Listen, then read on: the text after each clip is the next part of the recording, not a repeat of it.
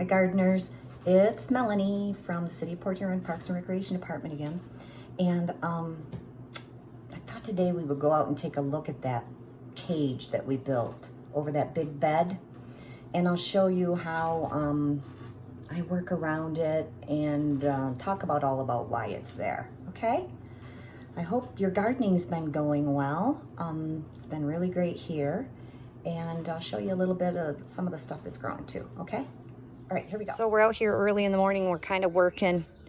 Dale's messing with this bed over here because it was kind of coming loose in the corner. And we just like to putz in the morning. But I want to talk about that cage right there, which we built out of just PVC pipe and netting.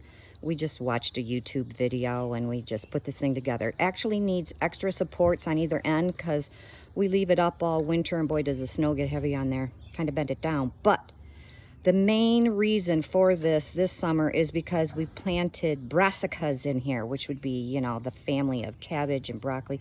I think kale might be a part of that family too. I'm not sure. But anyway, those little white cabbage butterflies, that's what they got to have. That's what they lay their eggs on, the little stinkers. So I've actually had 2 or 3 of them in here anyway, even with this cage on. I think mainly because it's got a few holes in it. But they will absolutely decimate your cabbage for sure. And they even try to get to your broccoli too. So we make this cage and then this is literally how I work with it. So Dale just grabbed one of those hooks for me to lean it up. And then, you know, my little mealy pad, my weeding blue bucket, and my basket, which I'm about to put a bunch of this kale in, which I made a smoothie with last night that was outstanding. Let's take a closer look. Yeah, that's the seeds I got from M.I. Gardner. He'd be proud of me, I think. They look darn good. And check out the cabbage. There, all this whole row, let's go under the cage. Now, look at this one. Holes. Holes. Holes. I've looked and looked for a caterpillar and I can't find one. But obviously something did get in here.